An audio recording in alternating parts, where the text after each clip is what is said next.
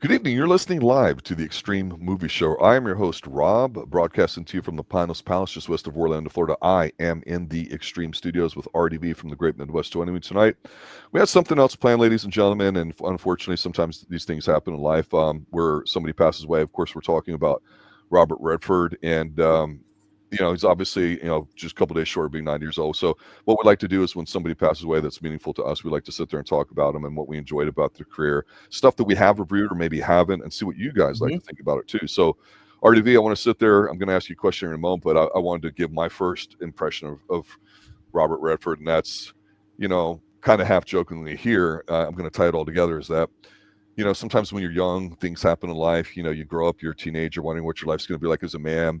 And if back in the day you were expected to usually go to college or do the family business, and then you usually meet a woman, you fall in love, and you think about life and the family, and then she like fucks your best friend and divorces you and takes all your money and all this other kind of stuff, and shit happens, and basically it's over, and that's called real life. And I remember walking into my house, watching my older sister and my mom in absolute tears, thinking my dad had had yet another stroke or heart attack because they were bawling their eyes off, and I'm sitting there watching Robert Redford with Barbara Streisand, and I believe the movie was The Way We Were, bawling their fucking eyes out like I've never seen before until we had death in the family. Yeah, I mean, and it's like I'm like 8 or 9. I don't know what's going on. It was on TV at the time, and I'm like, holy shit, how can a movie make you cry that much? And by this point, I'd already seen Rocky and other stuff, but no movie really made me cry.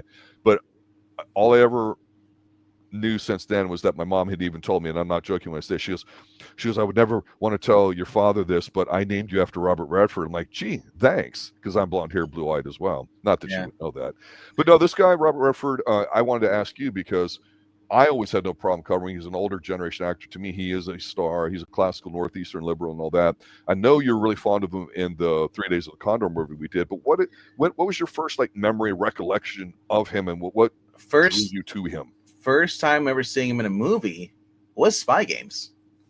Oh, back in the early 2000s. Yeah, I believe that was with was it Ethan Hawke? No, was it Brad Pitt? Brad Pitt, great movie. Brad Pitt. 2001, 2002, I think. And then I went back and I watched Butch Cassidy and Sundance Kid. Mm-hmm. Great movie, horrible ending. But I mean, like I started watching more of his stuff, and I'm going through his list and stuff. I still have not watched Barefoot in the Park when they do with Jane Fonda, 67. Yes. I've never seen Jeremiah Johnson. I've seen the freaking GIF constantly where he's just nodding and stuff. Mm-hmm. We just reviewed The Sting about a couple months ago.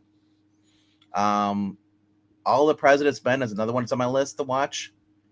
Have you seen also around the same time as Spy Game? And again, this is about 20, 25 years ago. So he's about 65-ish here. The Last Castle with James Gandolfini.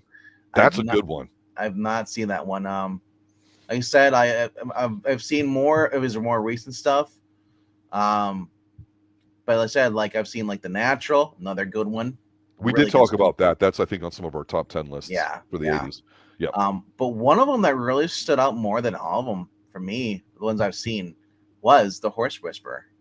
Why is that? I've never seen The Horse Whisperer, to be honest with you.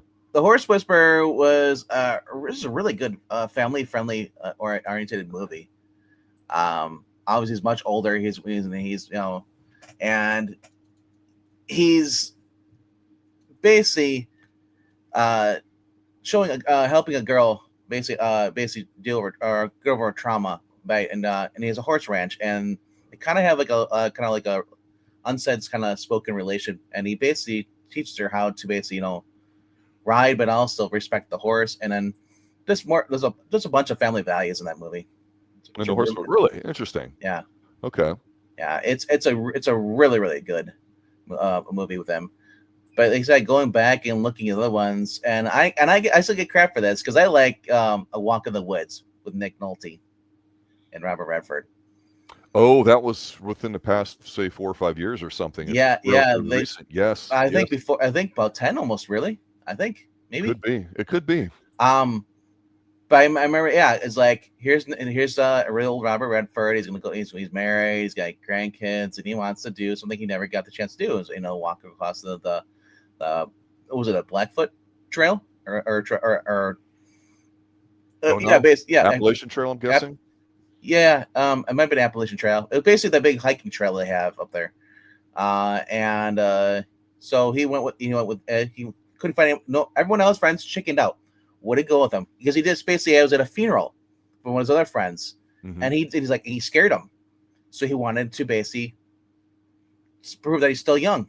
So he went on the trail, and the only one who would go with him was the one he didn't like was Nick Nolte, the guy who was basically outlandish, kind of a slob, kind of rude, but they end up becoming friends along the way and going through it. And I just love it because it's like as they're walking up the hill, they're dying within the first 10 minutes and looking like they see these cute little kids around. He's like, I love that he's like, Nick goes like, yeah, youth is wasted on the on the Youth kids, is wasted on the young. Absolutely, the young. it is. Well, I have not seen that movie either, but I heard good it, things oh, about it. it is a fun movie, but going through the rest of his catalog stuff, I said, Indecent Proposal comes out of nowhere in 1983. Did you see that? I saw that, and then it's such a trash movie, and he plays the charming bad guy. I loved it. Oh my god! My I loved it gosh! so I did not much. expect it from him. Yeah, Yeah, yeah. I mean, Because, like I say, I always put Steve McQueen there. Thomas Crown is like my number one kind of charmer like that. And sometimes, a combination of Bonds, let's say, is a joke. yeah. But then you go, well, what's left? And you go, I'll pay you $1 million for one night with your wife. You're like, damn it, it's Robert Redford. Yeah. You know? I also want to go back and watch Alfred, the episodes that he was in Alfred Hitchcock Presents and The Twilight Zone because he was on there for a couple of episodes. Okay. The two of them. But the one that's been capturing me lately has been Barefoot in the Park. I've seen it a couple times. 63 with Jane Fonda because it looks like a good movie. That scene where basically where she's in, she's a smoke show in that movie. And at the door, he's getting ready to leave, and she's and she's standing there in her just his shirt, and he's starting to get in there. It's improper or whatever. It's like, no, she's not gonna. I'm not gonna leave, and I'll embarrass you until you kiss me, and really kiss me. And it's just I love about Robert Redford and Paul Newman. We're just like I imagine they're probably friends in life, but they're had similar kind of like roles, but also similar this chemistry as far as that's why they work so well together.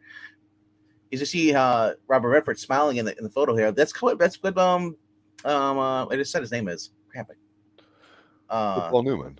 Paul Newman, yeah, Paul Newman. Yeah. They were laid back guys, and the boyish charm, and more so Robert Redford. Robert Redford was always the boyish guy. He could probably laugh his way out of something and get away and get out of it probably. And people think about like if your father, let's say, or you're very protective, like say a sister, let's say, or something, and you meet the guy, as well as I do as a guy and as a brother that you're very protective, right? And so you're always like, this guy's bad news, this guy's a piece of shit, whatever it is, or hey, he's not a bad dude. Oh, but he's boring, he's a nice guy, I don't like him, all the stuff that happens, right? When Robert Redford knocked at your door, you're like, it's the only person that to me comes close to that kind of like natural good looks and charm. And I'm being dead serious when I say so. I'm not talking acting ability here. No. Just talking about the way he comes across as Brad Pitt. Brad Pitt is just such a damn handsome guy. Like, if I walked up and he was boning my wife, I'd be like, yeah, it's kind of like Brad Pitt. I mean, I'd still shoot him. Don't get me wrong. I'd shoot them both. But the point is you could almost understand it as a guy. But Robert Redford, when I was younger, watched him, I didn't understand it because I thought, okay, he's an okay looking dude. But as I've gotten older, I realized, he is so easygoing, like you said. And so I'm not a pun here intended. He's such a natural, just how he is. And he's not that kind of in your face charisma like a William Shatner would be, or somebody that's overly energetic like a Chris Farley, or some of these kind of physical comedians. He's just a natural guy that's just kind of like, he's the cool, laid-back dude in your group. You might have somebody that's depressed. You might have somebody that's really antsy. He's just like the glue and bedrock to him. And I always thought that anything that I saw him, and I'm like, I didn't really care about the movie or what the point of it was. But yeah, just like Maranya had mentioned here in chat here about, going out for the role of Superman, they would see Robert Redford first and Superman second. And it's true. He's one of those guys that just kept building on that resume. Like you mentioned, Barefoot in the Park and all that. Nothing wrong with that. And frankly, you've probably seen some of the comic book action movies over the past 10, 20 years because I've seen almost none of them. Oh, yeah. But even Maranya mentioned here that he was in one of them or whatever. I thought, you know what? He could hold his own against anybody today, right? He was in one of his last on-screen appearances was basically in Avengers Endgame because he retired from acting in 2018. But But before that, even in 2014, he was in Captain America: Winter Soldier. He was basically the Hydra senator, basically working for the evil organization. If you don't know what Hydra basically is like the branch created by Red Skull. That was they broke away from the Nazis. They basically used the Nazis, but Hydra basically don't believe it. Yeah. But anyway, so yeah, I remember seeing him in 2014 in that movie Winter Soldier, and just thinking like, man, he looks so old. And then I didn't realize, because obviously I don't pay attention to see when people are born, because I just remember growing up and we kind of immortalize these people. We don't really look to see how old they are until when they finally pass away. It's kind of like, oh, that's right, they probably was. I mean, you think back how when you're seeing him, how young they looked. We do age, especially get older. You notice how time just goes by real fast. And I was going to say, not to throw politics into it here when I mentioned this person's name, but one person in the 70s who had a movie that just came out called The Long Walk, Stephen King, who I've talked about a bit on here as far as storytelling and all that. He did what I thought was, a smart trailer where they show him like walking down a walkway promoting the movie The Long Walk. And all I'm going to say is that when you see him, you go, that's the guy that looks like he's 90 years old, because Robert Redford, oh my gosh, he had what we call like the Asian curse, where you look young, then you wake up one day, then all of a sudden all your years have caught up to you. Robert Redford was a good-looking guy, but he started getting more decrepit looking as he aged. Obviously, we all do, but I mean, like some more than others. You look at Dave Van Dyke. Dave Van Dyke looked more youthful than Robert Redford did towards the end. I'll go out on a limb here as a half joke, and I'll just say this. I'm sure he's probably one of the few guys in Hollywood not on that adrenochrome. Yeah. No, he aged what you would call gracefully, right? I don't know if he had a lot of work done. He might have had some minor stuff. You really can't tell. It's hard to say. Obviously, no, I don't think he did, because he didn't look plastic towards the end. He didn't have his stretched face and all that stuff. Right. There's a scene that honestly I thought was pretty interesting with him. There's like, I had never seen the Sopranos, right, with James Gandolfini. Yeah. And everyone's like, oh, this show's great, you got to watch it. And I just had never gone to it. I've seen other shows. I'm in the middle of Bosch right now, so one of these days I'll probably see it. But when I look at this movie called The Last Castle, which is really good, what it is he's like an army military, like high up guy that you believe. For some reason he's in prison. I forget it, but I remember this one scene where Gandolfini is like the evil prison lord, right? So he says, okay, you're going to take up all these rocks here, these boulders. You're going to move them from here to here. So he does it. And he spends all day doing it. His back's broken. He's hurt. And then Gandolfini's like, all right, I'm done. He's like, okay, now you're going to take that same bit of boulders. You're going to move it back to where you started from. And that's where like they're having this contest of wills. And so what happens is he takes a shirt. He's an older guy. He's like 60, 65. He takes his shirt off. And I remember, I think it was Ebert at the time was alive. Somebody commented about how good he looked for his age doing that. And I remember going, yeah, he's just a naturally good looking guy. He had the gift of good genetics, right? Not overly bulky, not a small dude, not a big guy, just good looking, handsome, ruggishly handsome, as they say. And I always remember with that movie, that was interesting about it is I think that the way I look at Robert Redford is all the prisoners around him said, fuck, look what this guy's putting him through, and this guy's doing it. And so he's just like a leader in that movie. So everybody kind of rallies around him. He becomes like the captain again in a different situation. So I thought, what a smart movie to put somebody like Robert Redford in, who could really pull it off where you believe it. I'm like, damn it, this guy's good. He's really, really good. Looking at his catalog of movies, he did a movie in 1980 called Brubaker with prison reform, where he played a warden and goes undercover to see how bad it really is in the jail cells, and then it basically exposes the corruption and all stuff, and then he has to go against politics and all stuff to basically get it reformed. This really speaks to Robert Redford, because Robert Redford was a huge activist. And then he, I know for a while he was married to his first wife, who basically says was still in love even until the day he died. She was the love of his life. She is the love, even though he's married to another woman.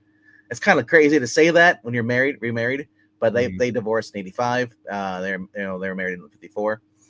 They went their own ways mutual, because basically he was getting too much famous, and and they weren't seeing enough each other, and just kind of they could grow apart.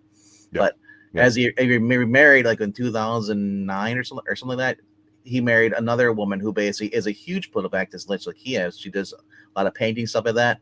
Okay. And then So it kind of makes sense that a lot of them are old school. These Democrats are activists like that.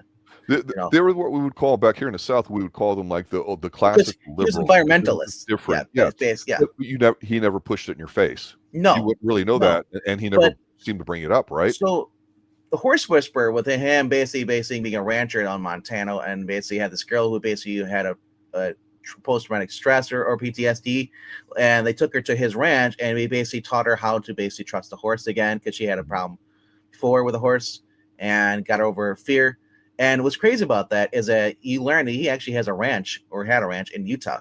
Yeah, I think that's where he passed away. And the Yep. one thing for Redford that I think is interesting is that and you've mentioned this movie, you got me curious about wanting to see it. Is that Which one? how A horse whisperer? Yeah. yeah how he well when you get to a certain point and you're successful, then you've got your resources. As long as you're somewhat relatively normal as far as your Hmm. finances. It's hard to say that about extreme success. It really weighs on everybody, no matter what field you're in. It's really Yeah. you almost have to be atypical and not normal to have a high level of success. That's just how it is in any field. But for him, I liked how he was able to. He created like the Sundance Festival. I think that was in Utah where he promoted certain things about the art of film. He's directed, obviously. He starred, so it wasn't like he was a one-trick pony or just very good at it. There's nothing wrong if you are. He's one of the few guys, though, that was more like a double, triple kind of threat.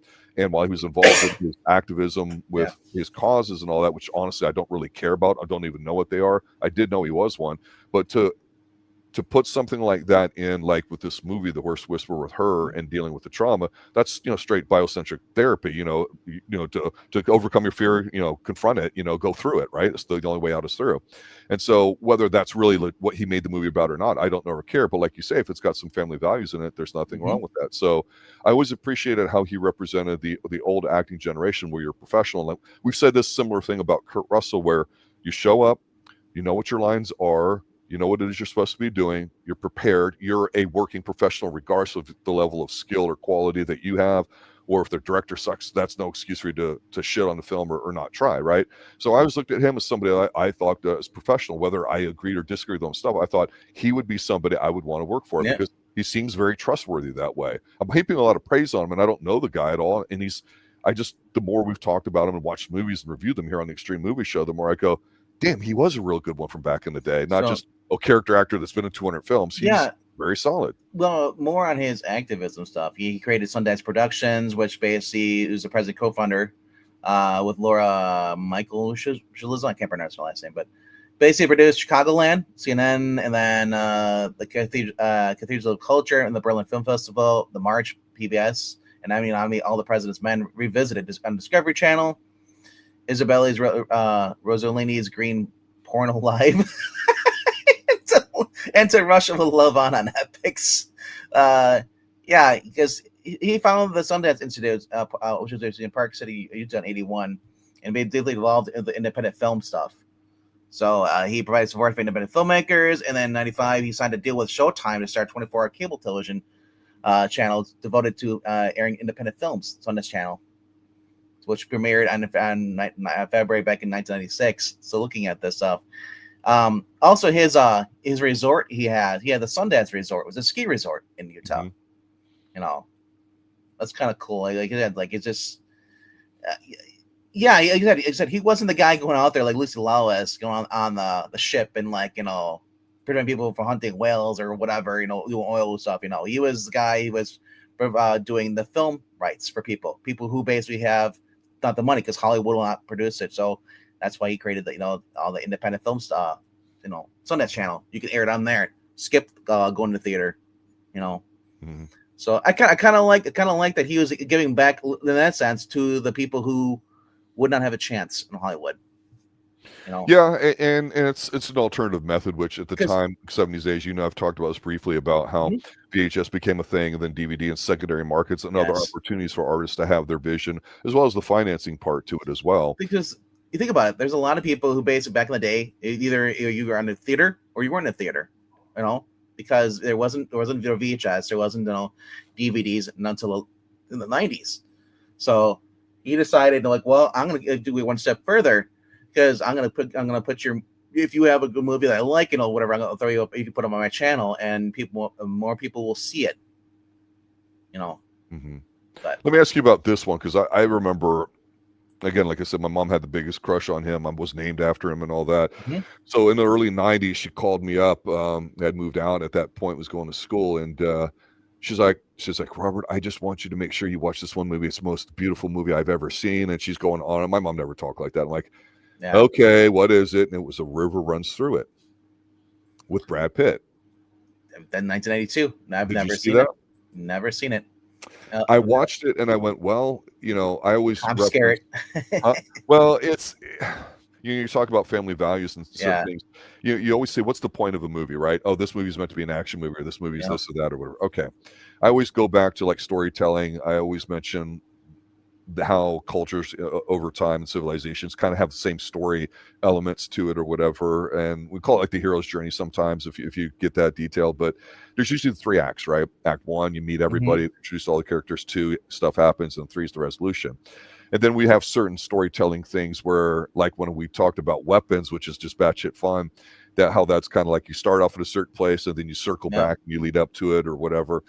The River Runs Through It. All I'm going to sit there and say to you, so you don't know anything about when you watch it, is Oh, I already read the synopsis. okay. Well, Yeah. if you watch it, you just go, well, what really happens? Does it really have a point? What's going on? It's And a it was drama, different. kind of like a family, kind of American Peer drama. Exactly. Yeah, But the thing that's it about is. Rupert is he's going to make a good film, and you're going to be like, damn it, he's had such a great track record. Yeah, I'll give it a shot. he's directing it. Yeah, he directed it back in 2092. I mean, how do you get Robert so Redford. good? You had Tom Skerritt, you had Brad Pitt, and Brad Pitt plays one of the two sons. Basically, has a falling out with his other brother, comes back home, and basically has to like kind of patch things up. Based off the synopsis, as it looks like. But yeah, yeah, that's another thing too. When you start seeing actors start doing directing, and sometimes it takes off. Sometimes it's just like say just read your lines. but but Yeah. Yeah. you ever watch All Is Lost? No. All Is Lost 2013. Actually, no, it's basically well, it says in synopsis during a solo voyage in the Indian Ocean, a veteran mariner, but Robert Redford awakes to Oh, find no. No, yeah, this is the one where he's on the yeah, boat. yep, vessel I have taking seen it. water. It's good. Yep, I liked it because I yep, like survival stuff. yes. I love And survival stuff like that. when I first saw it, and because I saw the glimpse, I was like, "Oh, you remember this came out around when we had Perfect Storm came out?" Hmm. No, same thing. It's kind of like well, a little differently, but I think he has a happy ending, hopefully. I had forgotten about that film. No, it's Yeah, now here, obviously, this is 2013, so what, 12 years ago. So if he's yeah. 89, 90, this means he's mid 70s when this was filmed, mid Dude, to late 70s. he was like 18 in 1954 or I somewhere around mean, there. Yeah, I'm that's like, crazy. wow. Well, we have talked, even though like we see we're 80s based and you're the 90s guy and Yeah, such. We've talked about older guys. Love Humphrey Bogart. There's certain people that just you're going to see no matter what. Humphrey Bogart jumps to my mind. Some people argue about Charlton Heston. For me, I still love him as an actor. Robert Redford's one of those guys to me, quickly becoming one of those with the more I see of him, even though a lot of his films aren't my type of film. Like I don't like the cutesy barefoot in the park films. That makes me want to vomit. I mean, kind of in a way. It can be cute. well, I like those because with the nuclear family being attacked every day in real world, I like seeing people who are actually comfortable, happy, and I don't disagree with that yeah, sentiment. I yeah, prefer more of the family based ones, but I yeah. mean, that's The when you look at her back natural, then when she was wearing his yeah, shirt, that was kind of like yeah, risque. I hate to say it, right? yeah. All I knew her from in the 80s was she's competing against Chuck Norris when he's got the total gym fitness thing there with Christy Brinkley and Jane Fonda's doing her workout tapes. I'm going, why do I want to see this old woman? I say old, she was probably in her 40s, doing this workout thing in her 80s spandex kind of stuff, right? And then you So see her in Barefoot Park or whatever, and you're like, oh yeah, that's right. No I wonder agree. Ted It's probably called not that. one of the best films, but I mean, I haven't seen it yet, but I'm hoping it's right along like Charade and all its other movies like that. You know, which is also another rom-com movie. Well, Uh, plays were really popular, so a lot of times they would make movies based off of yeah, yeah, plays. I think that might have been one there too, and so some yeah, people were really good at transitioning from that or doing both. Not yeah. always, but definitely was the thing. But going back to his movies, The Natural, Yes. that is a movie where it starts out him playing catch with his dad. His dad dies, has a heart attack. He goes on and he goes to play, and he ends up getting injured, and has to come back and he gets a chance to play again. you know, this team, This and he's woman shot him, I think, right? yeah. At the end, yeah, this woman shoots him, and just to get as he gets because he basically he left his girlfriend or wife or slash wife whatever, and learns that she had a kid, and at the end it's just like it's the same. It's such a tragic ending for the movie, but it's like it's such a great film. Um, It's very like heartwarming, and a part that I always we've talked about some of the bigger themes like in the 70s, and you've mentioned this, which I think explains a lot about what you like and don't like, is that you sit there and you say the 70s movies were bleak. Yeah, they were. They tried to be oh artsy, they tried to be whatever. They weren't like wholesome necessarily generally. And well, they kind of transitioned and flipped and did that more in the 80s. And in the 80s, I kind of hated that as a kid, like E.T. and stuff I always go back to. But whenever I see Robert Redford doing, I go, I can't get mad at that. I can understand what you're saying the bleak because I imagine you're saying because a lot of the environmental kind of like the dystopian worlds where we're running out of oxygen or you can't do this, all the bad future movies, or that yeah, it is kind of bleak. 80s was more about having fun. 90s became more about drama. 2000s just became about, I guess, having sex and multiple people, or I don't know. Just I don't know if the 2000s how to describe that, but I know like. Mhm. Definitely you can see through each decade there's a different message being sent Yes. in film Yes. and the TV. So, but Yeah, then, Nashville is a great movie. I watched yeah, that because it came on HBO. I was like, I don't know anything about yeah, baseball, but it seemed pretty good. You right, know, right. how much can you really know when you're The young, right? Natural is a movie that I put on right after watching Bull Durham, and then watching Mr. Baseball with Tom Selleck. You know, You know, when Indecent Proposal came out, oh, I will say this: I still hate that I've movie. seen in Flash Gordon, everybody cheered a lot. Star Trek 2, I'm telling you, everybody cheered a lot. People seem to be more respectful of the other patrons when you go to movie theaters. Yeah, yeah, Superman people applauded like crazy, especially like when he takes Zod's hand and he crushes it. Everyone like got out of their seat, was like, "F yeah. yeah," they were so R.I.P. hot Terrence for it, right? Stamp, who just died like last week or so. Yeah, I know, right? And that's one of Uh, the reasons why we talked about Link, the When Animals yeah, Attack movie. But for Robert Redford, to me, when he did Indecent Proposal, I was in a theater, and it was just very kind of quiet. It was like during the day. It was hot outside here in Central Florida. I remember, mhm. and I was with my lady at the time, and I'm looking around, nothing but couples. And you look at all the guys that are with their girls, and you're like, man, fuck, I don't want to be here. And I'm thinking the same thing. I'm like, okay, what's going on here? Because we didn't have all the details and information, right? We just knew it was like something happens, and he's the other man, he's the older man, right? It's not like Lolita where it's really blatant, right? So all of a sudden, I'll pay you $1 million for one night with your wife, and then you go through all the Yeah. legalese about it. Did you ever Well, if read you the have a book? heart attack and the act isn't consummated, so they go through all this stuff, and you're like, and I just thought to myself, fuck. Robert Redford is smooth, and he's not like a playboy smooth, like where No, he's no. smirking. He's very serious, and you look at him, and you can't feel threatened by him like he's too hot.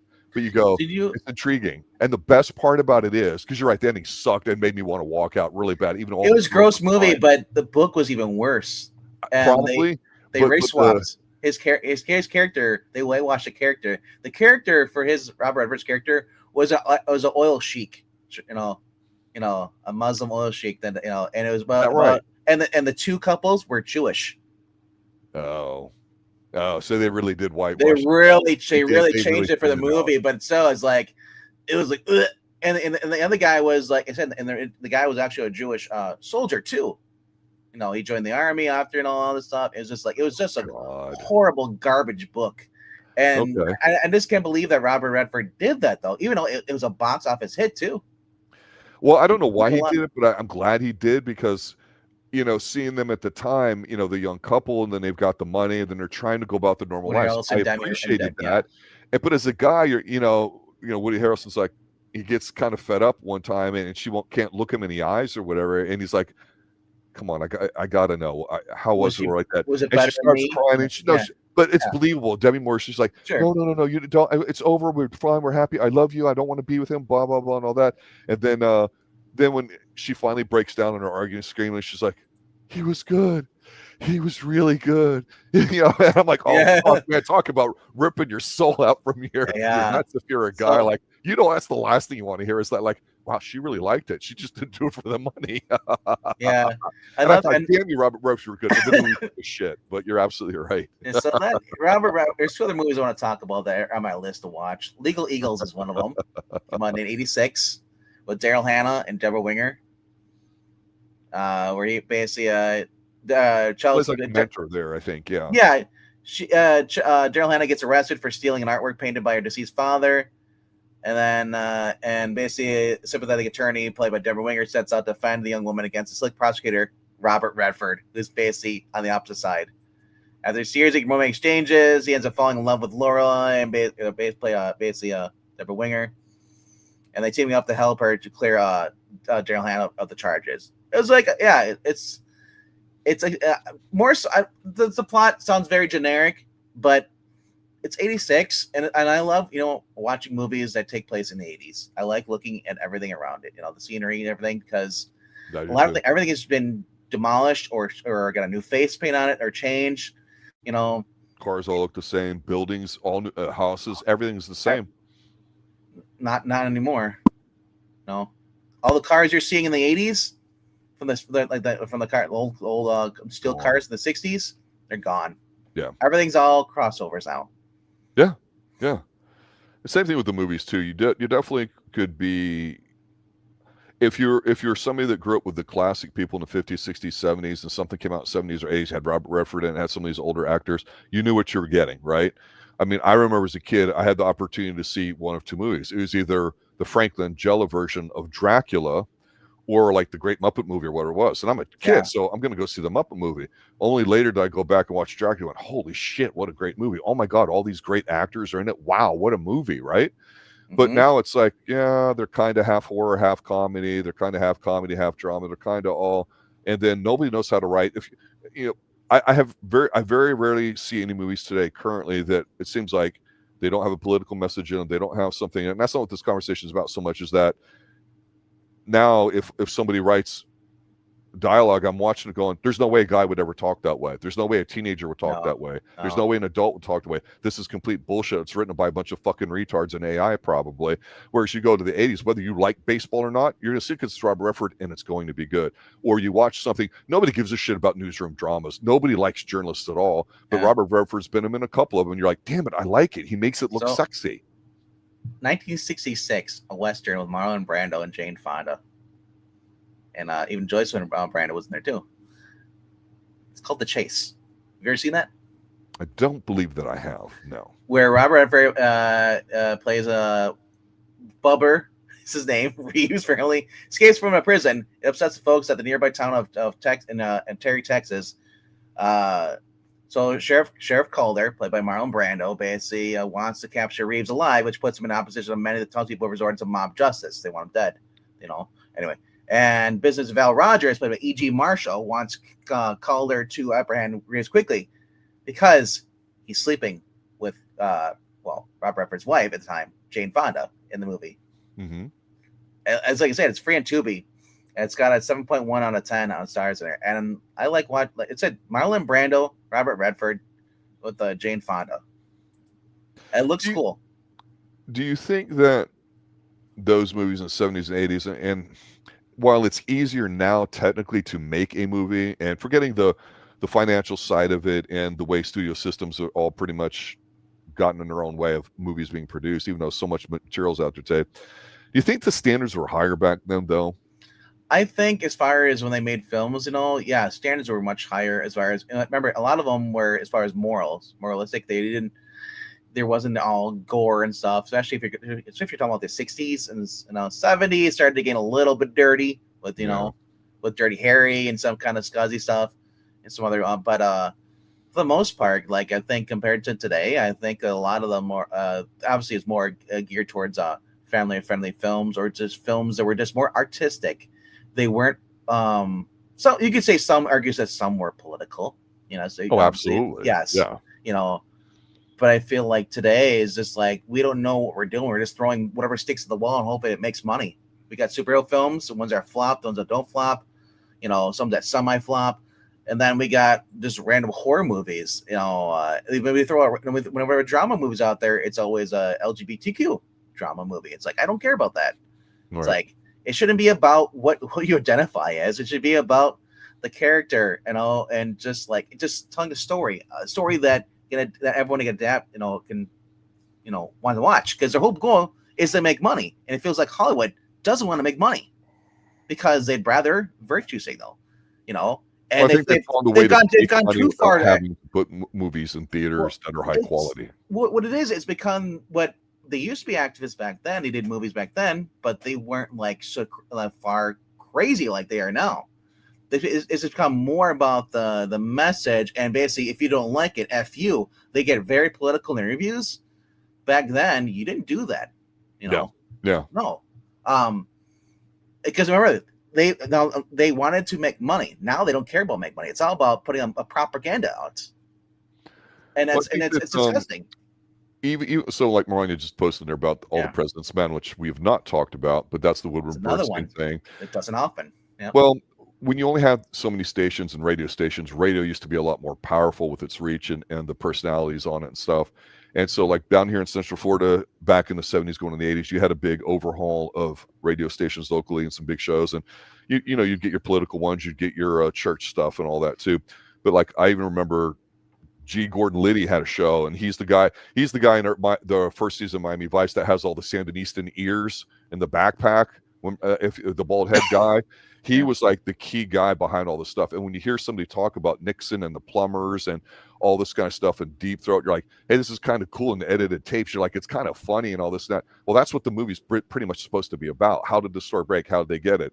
And Woodward and Springsteen, you could argue that ever since then have floated on the fact that they were propped and basically had an inside person feed them information. So it's just even different than journalism stuff was at least there's this pretense of it not being completely political, even though it was back then. yeah, So if you watch something like All the President's Men, you're not getting triggered by if it were remade today, the messaging going on, you'd be like, no, here's two guys trying to figure and break something, and how do they go about doing it? And you love it because Hoffman's in it, who's a good actor, and then you've got Redford's a good actor, and together they're doing great stuff together, right? So yeah, you're absolutely right about all that. And again, we're here just kind of talked about Redford and all yeah, that, but you can't yeah, talk about Redford recognizing he's what we call as classical liberals from there, but he did not let it permeate into yeah. the messaging of his movies. At He least did, at least initially that's what it comes like to me. and you Not can like tell. today. Here's the thing about Robert Redford. He loves horses. He loved riding. He did that movie Electric Horseman. Now, it may not, it's controversial because you may not think it's funny or whatever. So that movie he did with Jane Fonda. Basically, he's a former rodeo champion, reduced to basically being a rodeo clown, basically using his saddle skills to promote a breakfast cereal in a gaudy Las Vegas show. So when he's asked to perform with a $12 million horse that he discovers being doped to remain docile, he flees to the desert astride the beast in an act of defiance. And basically, Jane Fonda plays, I guess, the hungry female reporter and gives him chase. Yeah. And it was the first time he'd basically been 3 years since he actually did a movie. He was kind of in semi-retirement at that time. Wasn't really inspired to do anything else. And he does all the riding stunts in this movie. Everything. When he rides a horse, it's him riding the horse. It's not a green screen. It's not a stunt double. So, he's, dare I say it, a natural at riding horses. Yeah. And I love that the fact that there are actors that do their own stunts. We talk about this all in the movie when we have our action movies. There's so many actors, the big name actors, that will not do their own stunts. Not even, and then on the top of that, the companies won't even let their agents won't let them do the stunts because they're afraid they might get hurt. Mm-hmm. So I always have more respect for people who want to do their own stunts. Yeah, like the Hong Kong cruise we've always talked about. Yes. And Jackie absolutely. Chan's cruise, Jet Li's cruise, and all that stuff. So yeah, it's great to learn more about him as far as horse riding. Horse riding is something I've never done. Then again, I'm a guy. I don't want to hurt myself. I want to be able to walk. Well, But it's interesting about animals because like cats are Yeah. predators, so they look at you as somebody they're taking care of, whereas dogs are pack animals. They look at you as a lead. That's why you have to act like one. So there's a different wiring in their brain and they respond differently.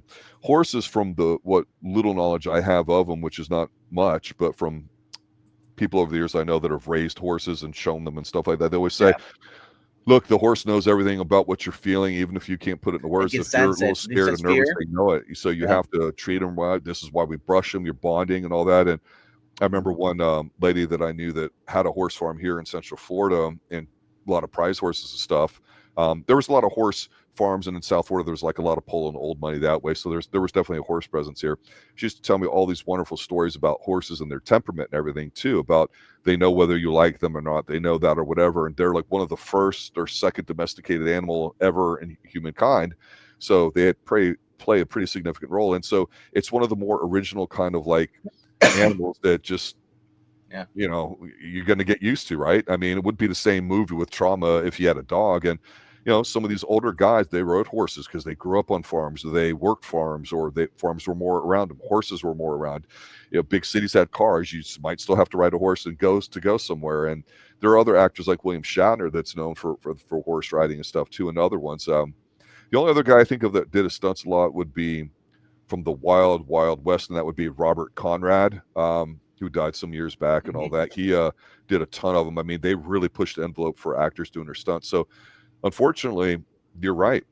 Can't do it today. Companies don't want to let them do it. Plus, I don't think they want to do it. I don't think they like it. But these guys that just are natural physical people, or even if they're outdoorsmen, like who wants to watch a fucking movie about fly fishing? Now, there's a lot of fishermen, there's a lot of rednecks here in the South that definitely would, but it's a wholesome movie. I'm curious about the one you mentioned here about the Horse Whisperer, because everyone talked about it. I just never saw it. Not because I didn't like them. I just didn't get around to it. It was a movie that when I first heard about it, I was like, it's okay. But then someone else was watching it, and I started watching with them, and I was just like, wow, this is a really good movie. So I went back and watched the whole thing. And it just had to do with him just helping a girl get over her fear. Yeah. By having her learn how to ride, get her back up the horse and stuff, and just the whole bonding with that. So, and it is all filmed on his ranch. Oh, okay. Yeah. Okay. And then I'm looking at his film career as his opposing ladies that he's had, and Meryl Streep was in Jane Fonda. Then he also had Barbara Streisand. He just seemed to do a lot of films with them.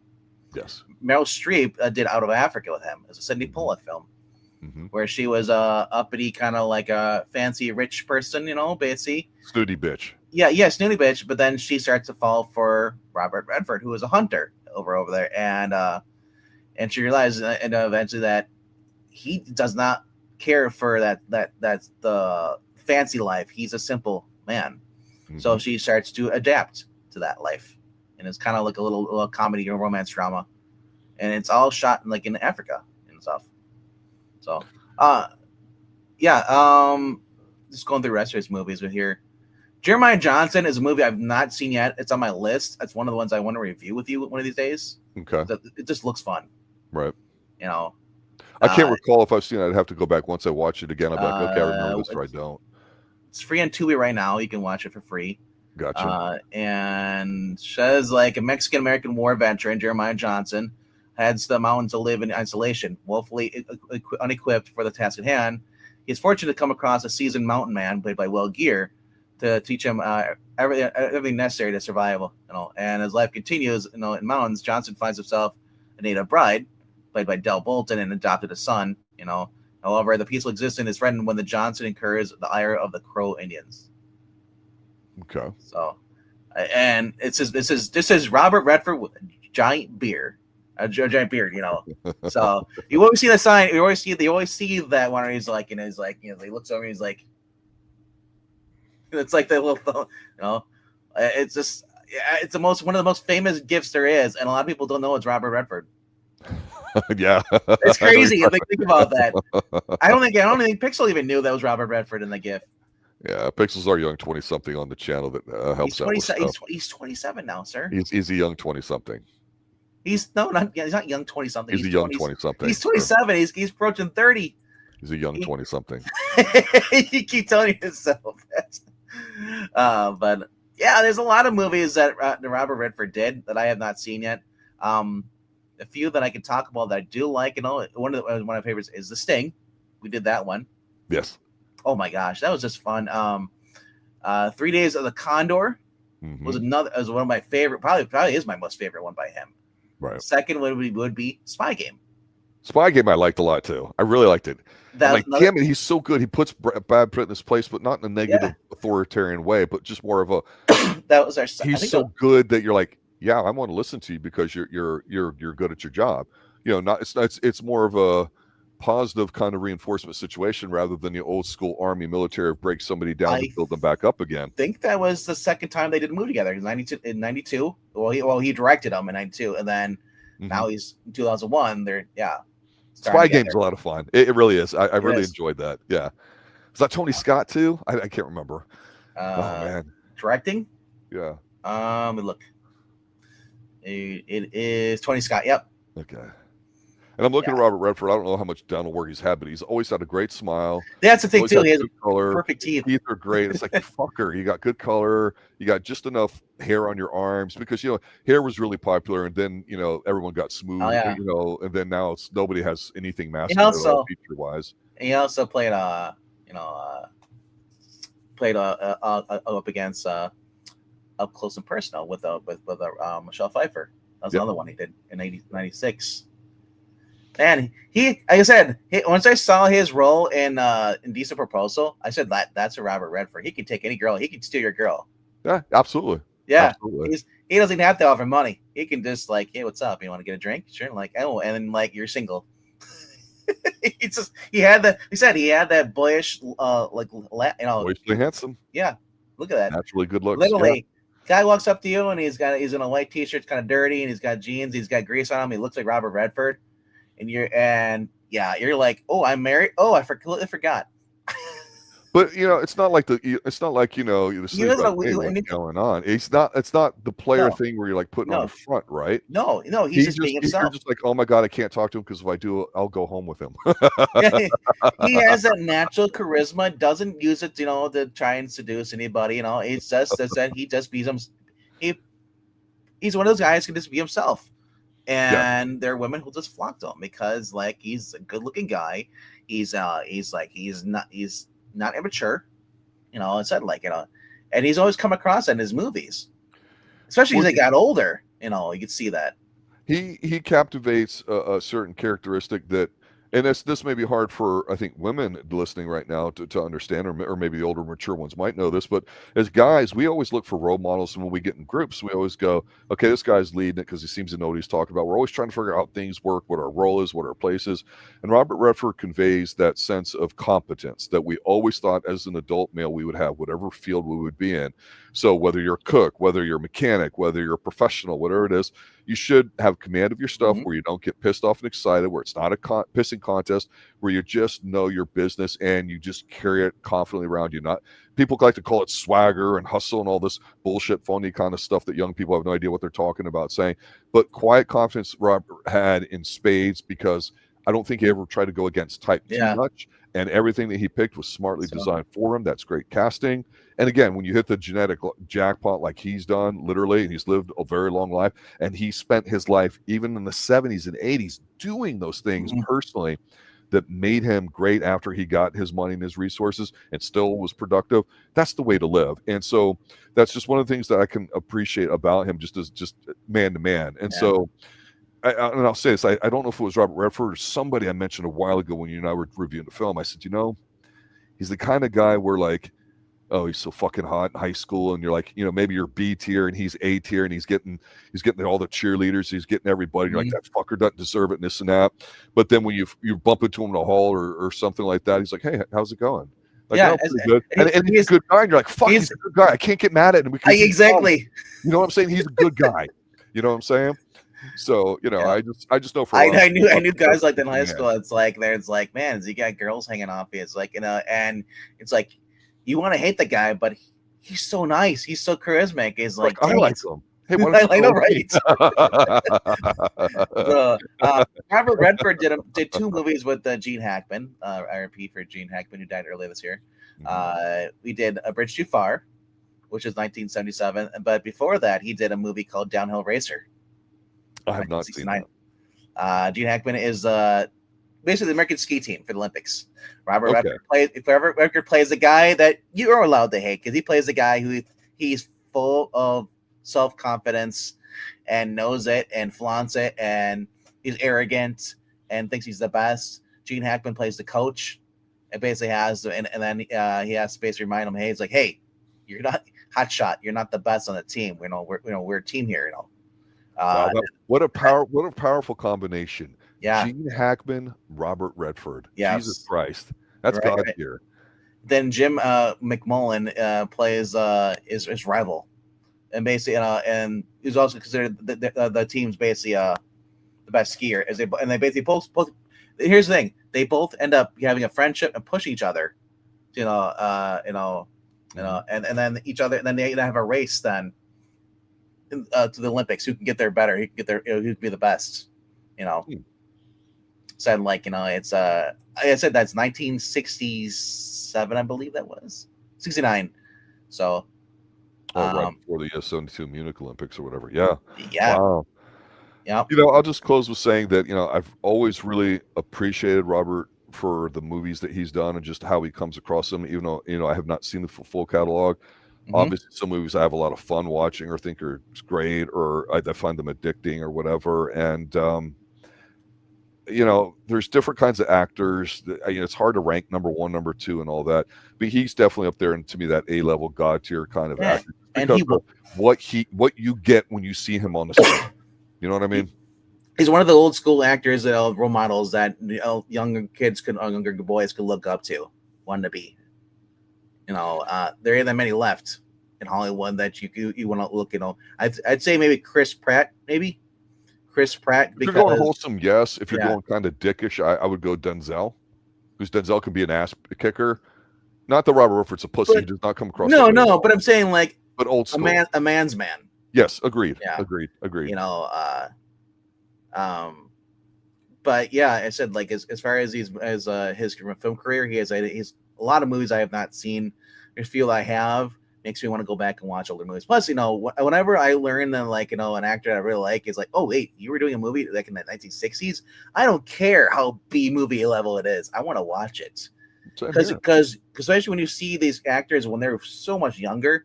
He was in his like his 20s when he did the Downhill Racer, Hmm. late 20s, and sometimes they're a totally different type of actor at that early stage before they seasoned, you know, as they Yeah, get older. and you're right, because when you see them when you're younger in their catalog, and as you see them get older, you can kind of feel almost like the nuance in their ability and whether they're good or not. I saw it with a lot of people that you and I probably grew up on, like a Jim Carrey, right? That 90s thing will never be matched in terms of comedy, probably. Yeah, I'm not saying everything he's done is Robin great or whatever. Williams. You'll never get a comedian that that is just charismatic and caring and loving as he was.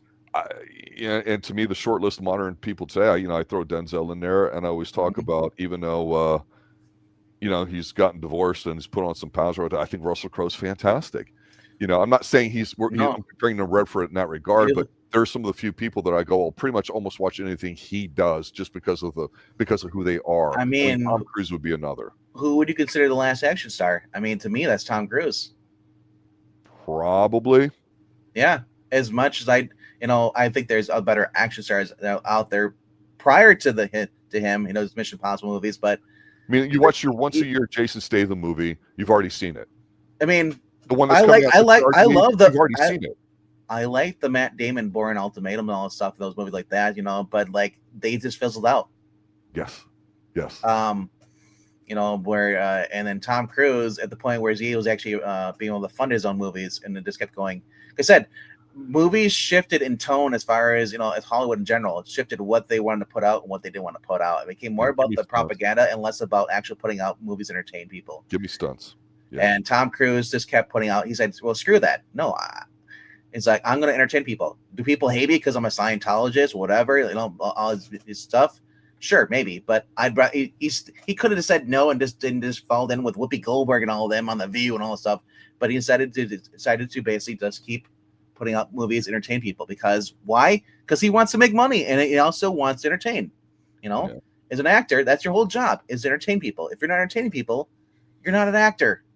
Well, that'll be a great conversation to have in the future about current action stars and all that. Yeah. I do want to thank, we've had about a dozen or so people watching us live for the whole hour. I want to thank you, especially those of you that show up and listen, but maybe you don't participate, chat. That's great having you here. It's always welcome that you're here. Obviously, we have some mainstays like Maranya and such here too. Stug's in here, been chat. Anthony's been around a lot lately. Yeah. Just wanted to throw the idea to you guys out there. I always appreciate you retweeting the stream, getting us some visibility. We're only on 2 nights a week. We're starting to grow a little bit. We're looking for some watch time. We're considering doing a 30 days of Halloween where we do a Halloween movie or some sort of horror movie in addition to our normal stuff. Let us know if there's anything you're interested in having us review, because what we do is we like to tell you what we think works, doesn't, whether we agree, disagree. And we pretty much try to keep the politics out of it and all that, because that's not what we're about. We're not a hate watching kind of channel, even if we don't like it. So anything you need to plug, RDV, before we close out tonight? No, we're going to end right here. And for those who are sticking around, you'll see that I have it set up to where you're just going to go right over to my channel. I'm going to talk about comic books. So basically, Geeky Puppet Show, me and I get with a group of friends, and we talk about the new comic books come out each week, and then, it's having a hangout, So if you want to hang out and have some more conversation, we'll be going over to the Geeky Puppet Show. So when we end here, just click on that link that goes and follow to that chat. Good night now. And we'll see you on Sunday, 7 p.m. Eastern, for our next movie review. Definitely going to be a Redford movie. If not, it seems like it, doesn't it? I don't know how it cannot be. Right. So, right. Good night, everybody. R.I.P. Robert Redford. Later, guys.